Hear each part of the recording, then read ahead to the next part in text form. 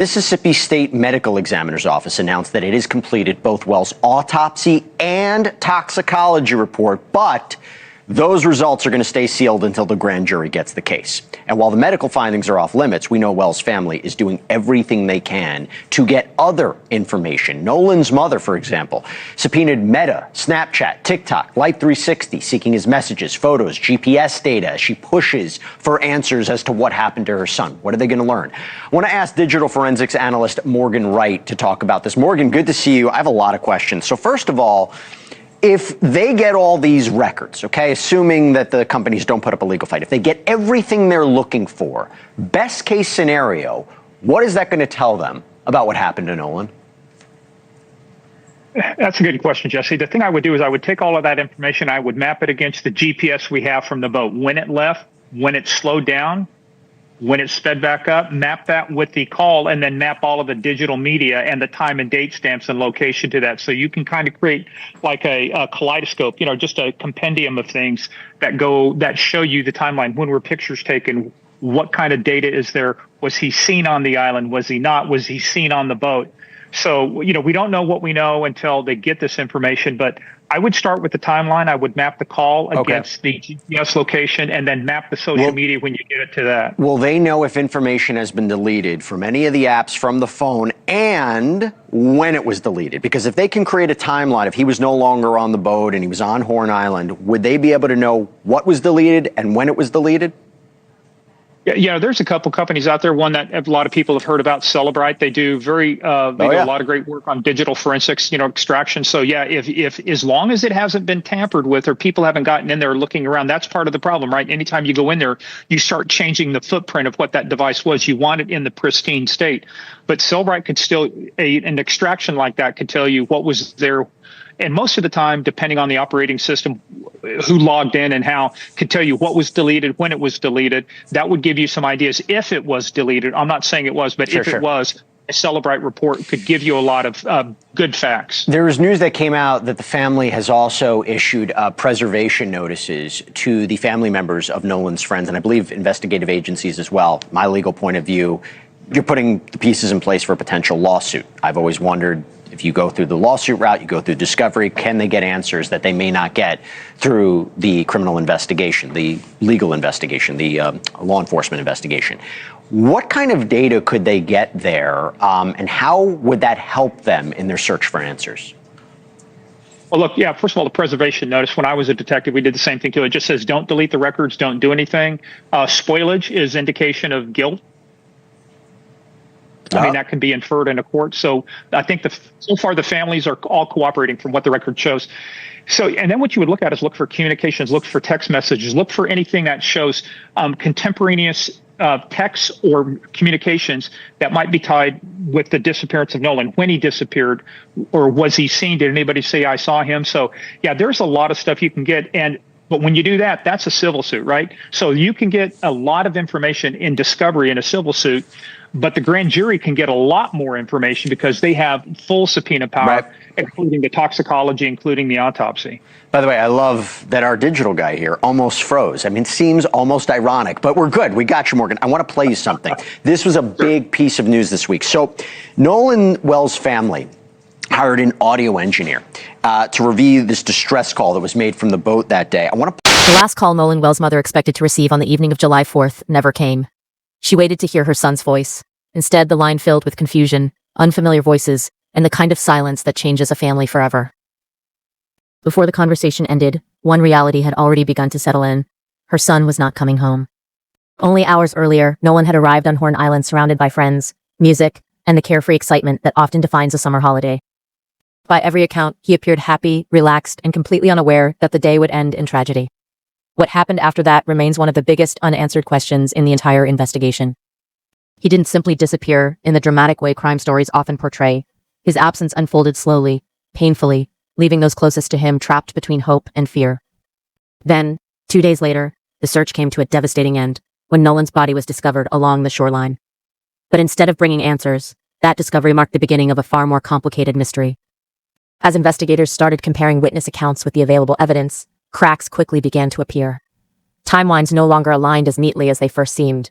Statements raised additional questions, instead of resolving them. And then there was the emergency call placed from the boat that carried Nolan to the island. That recording has become one of the most discussed pieces of evidence in the case. Amid the overlapping voices, panic, and background noise, listeners believe they can hear words and reactions that continue to divide public opinion. Some believe the audio supports the explanation already given. Others argue it points towards something much more troubling. We'll examine that recording shortly, but first, there's critical context that cannot be ignored. Long before many of the public questions surfaced, several people connected to the day's events had already retained legal representation. Investigators also faced growing scrutiny over missing digital evidence, including phone records that reportedly became difficult to recover. Then, another startling issue emerged during an independent examination of Nolan's remains. According to the independent pathologist, key anatomical structures from the neck had been retained during the original autopsy, preventing a complete evaluation of certain possible causes of death. Rather than providing certainty, the second examination generated even more unanswered questions. While investigators continued their work, one person refused to let the case fade from public attention. Nolan's mother has remained relentless in her pursuit of answers, determined to understand exactly what happened to her son during those final hours. For her family, every new development has brought as many questions as it has hope. This case involves the death of a young man and an ongoing investigation that has raised difficult questions surrounding witness accounts, forensic findings, and the possibility of criminal conduct. Throughout this documentary, we'll distinguish between verified evidence, official statements, witness claims, and unresolved allegations while treating Nolan, his loved ones, and the investigation with the respect they deserve. Now, let's return to Horn Island. According to witness statements, sometime around 3 that afternoon, Trax and Shepard saw Nolan alive for what would become the final confirmed time. Nolan was sitting near the shoreline beside 19-year-old Katie McCormack, who had traveled to the island separately and was not part of the same boating group. Shepard later described the scene as calm and completely ordinary. Nolan appeared comfortable, there were no obvious signs of distress, and nothing about those few moments suggested they would soon become the final peaceful images anyone would have of him. Yet, within a remarkably short period, everything would change, and investigators are still working to determine exactly what happened after that final sighting. What happened next centered on the boat itself. According to the group, the vessel had begun experiencing serious mechanical trouble. The bilge pump was no longer keeping up, water was entering the boat, and staying where they were was no longer an option. As concerns spread among those on board, one of Nolan's friends reportedly began gathering everyone together. When he reached Nolan, witnesses said the request wasn't casual. It was repeated several times, each attempt carrying more urgency than the last. The message was simple: we're leaving. If you're coming, get on the boat now. According to the friends who later spoke with investigators, Nolan declined. They said he responded that he planned to remain on Horn Island and would simply catch another boat back to the mainland later that day. In later interviews, members of the group explained that this wasn't viewed as unusual. On busy holiday weekends, people frequently arrived with one group and departed with another. From their perspective, Nolan's decision did not appear dangerous or out of the ordinary, so the boat left. But that isn't the only version of what happened. Katie McCormack, the last known person confirmed to have spoken with Nolan before he disappeared, painted a very different picture through comments later shared publicly by her sister, Gracie McCormack. According to Gracie, after Nolan and Katie finished talking near the shoreline, Nolan told Katie he intended to head back toward his friend's boat. He wasn't planning to remain on the island. He believed he was leaving. If that account is accurate, then Nolan's final intention was completely different from the one described by the boating group. Those two narratives cannot easily exist side by side. Either Nolan expected to stay behind, or he believed he was returning to the boat before it departed. Somewhere between those conflicting recollections lies one of the most significant unanswered questions in the entire investigation. Former FBI Special Agent Jennifer Coffin-Daffer, who has publicly discussed the case, proposed another possibility. Rather than viewing the statements as mutually exclusive, she suggested they could reflect different moments in time. Under that interpretation, Nolan may have first told his friends he intended to remain on the island. Later, after speaking with Katie, he could have changed his mind and started walking back toward the boat, only to discover it had already departed. If that sequence is correct, neither witness would necessarily be providing false information. Both could simply be describing different decisions made minutes apart. It's a plausible explanation. But it's also an interpretation rather than a confirmed. Dispatcher Vicky answered the call and learned the boat was near the western end of Horn Island. The caller said the bilge pump had failed, the vessel was taking on water, and immediate assistance was needed. From the start, the call reflected a stressful emergency. Information came in fragments, the caller struggled to provide details, and communication briefly cut out before resuming. Despite the confusion, the dispatcher continued gathering information to coordinate a response. Later, investigators began asking a different question, not only why the boat was sinking, but what else might have been happening during that call. To many investigators, the recording did not sound staged. The caller's urgency, fragmented responses, and repeated instructions resembled a real emergency. The audio, released by the Mississippi Department of Marine Resources, became official evidence available to the public. Its release sparked widespread debate. Some listeners claimed they heard voices in the background mentioning Nolan, leading to speculation that he was still on the boat. If true, that would contradict the group's claim that Nolan remained on Horn Island after they left. Former law enforcement officer Brandon Tatum urged caution.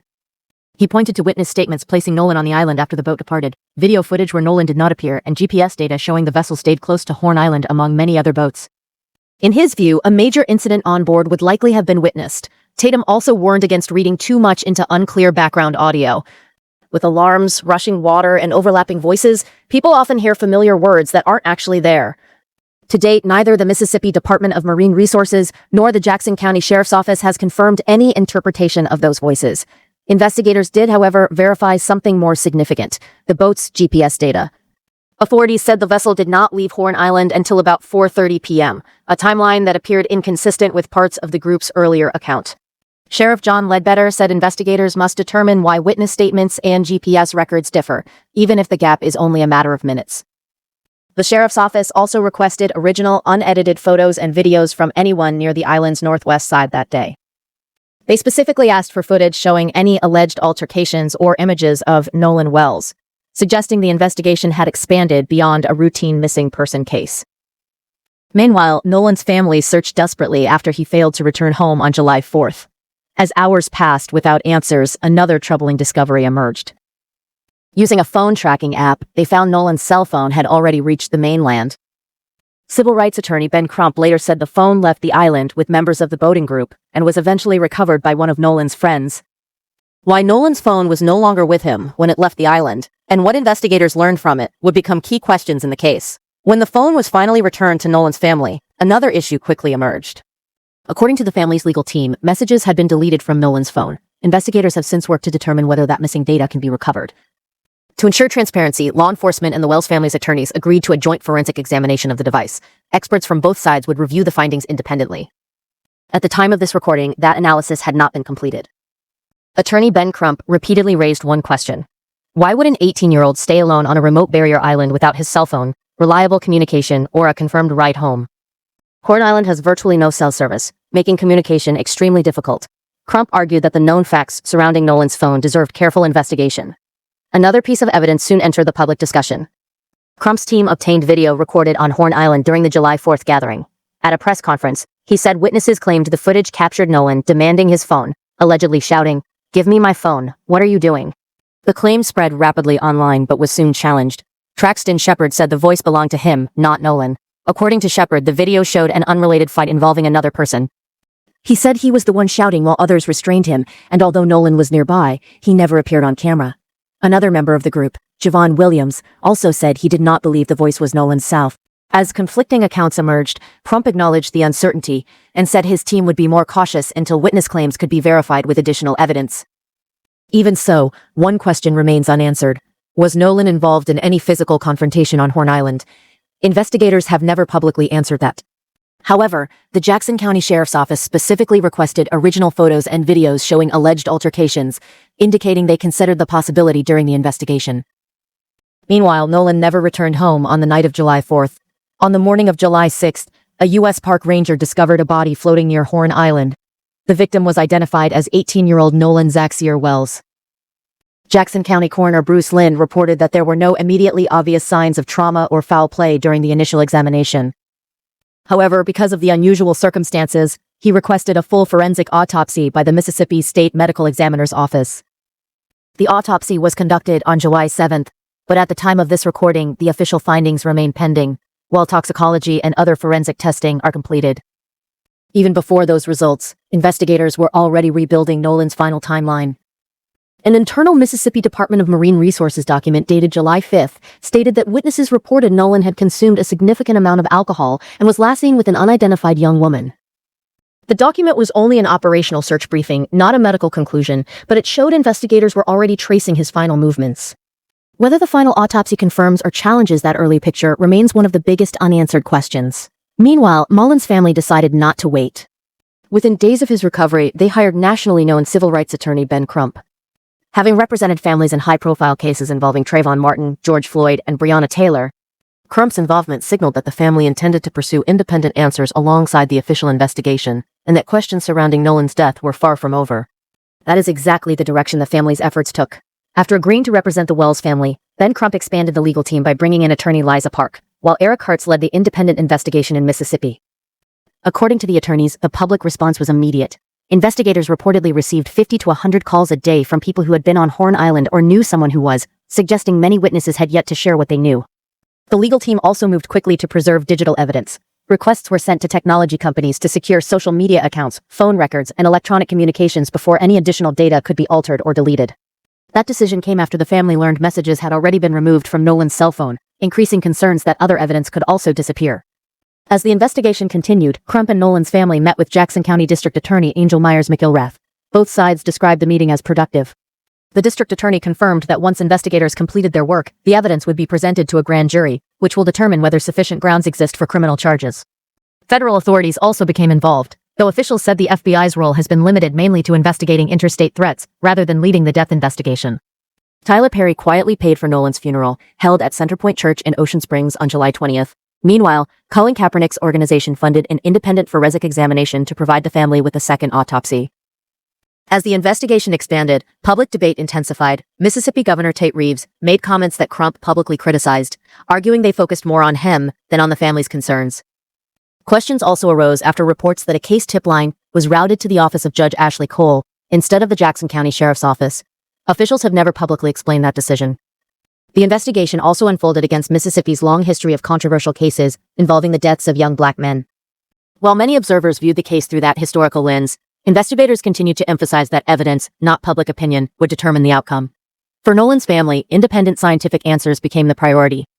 A second autopsy was performed in Washington, D.C., by Dr. Roger A. Mitchell, Jr., a nationally recognized forensic pathologist and former chief medical examiner.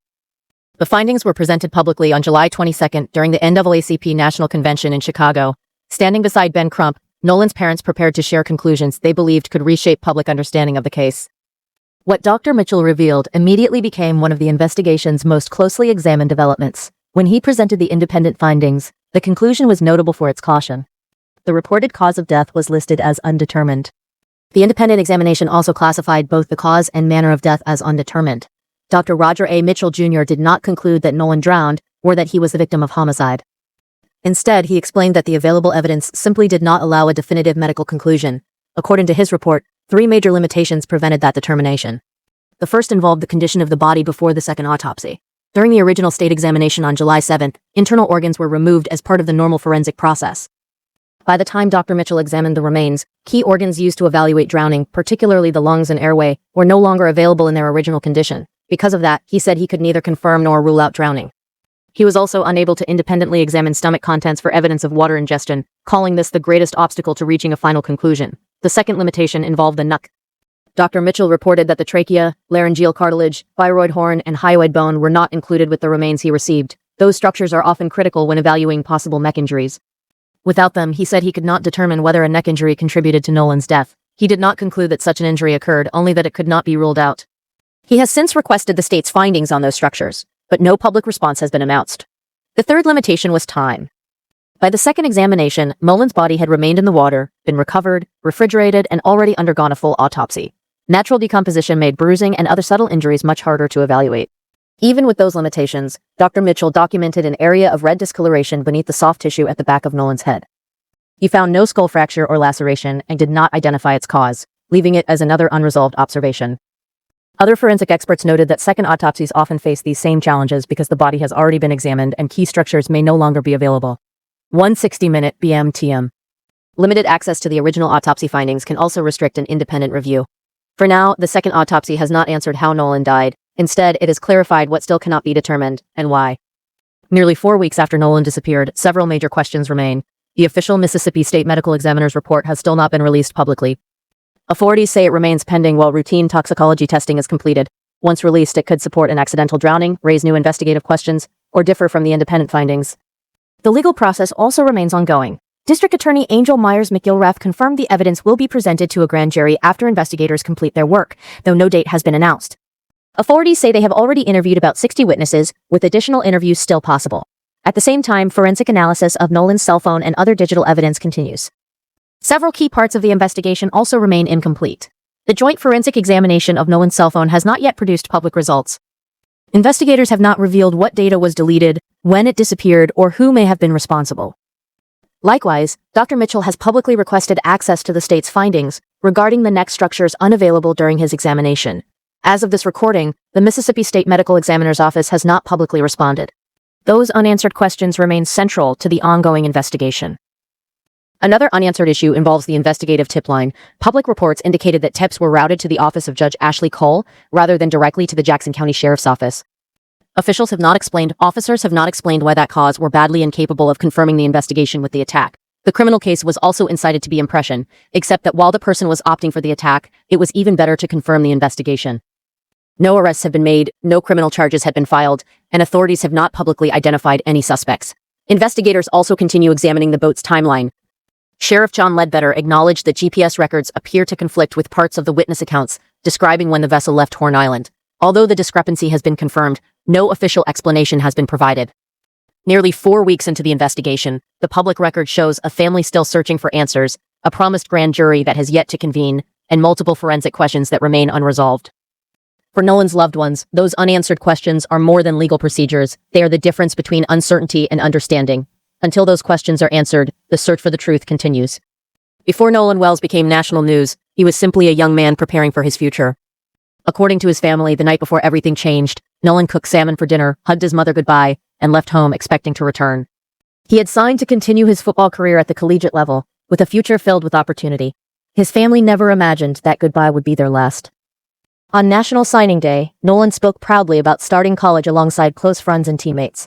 Those who knew him remembered far more than his athletic talent. Coach Jake Brumfield described him as deeply respected. Friend Trayson Shepard remembered the energy he brought wherever he went. His father, Elmore Wanley, spoke of his remarkable potential. Together, those memories reveal not the headlines, but the person behind them, a son, a teammate, a friend, a young man whose life had only just begun.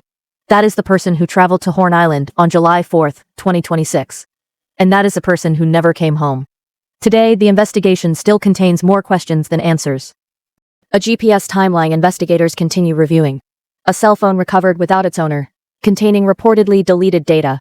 A distress call whose background audio remains disputed. Conflicting accounts of Nolan's final moments. An independent autopsy unable to reach a definitive conclusion because key forensic evidence could not be re-examined. And an unexplained area of discoloration documented during that examination. Those questions remain at the center of the ongoing investigation. Questions surrounding the handling of investigative tips, a grand jury still waiting to review the completed evidence, and an official state autopsy report that has yet to enter the public record. Through all of it, one constant has remained. Nolan's mother, Christine Wells Wanley, has continued to appear publicly, speak on behalf of her son, and advocate for answers. From press conferences to legal proceedings and national appearances, she has remained determined that Nolan's case not be forgotten. The family's legal team continues its own investigation as well. Ben Crump has said publicly that the search for answers is ongoing, while attorney Eric Hertz and investigators continue receiving information from witnesses and reviewing new leads. Whether those efforts ultimately resolve the unanswered questions or uncover entirely new ones will depend on evidence that has yet to become public. For now, one fact remains beyond dispute. A family is still waiting to learn exactly what happened to Nolan Wells, and until those answers arrive, this investigation is far from over. Forensic specialists continue examining Nolan's cell phone in hopes of recovering deleted information and determining whether the device can answer questions that witnesses cannot.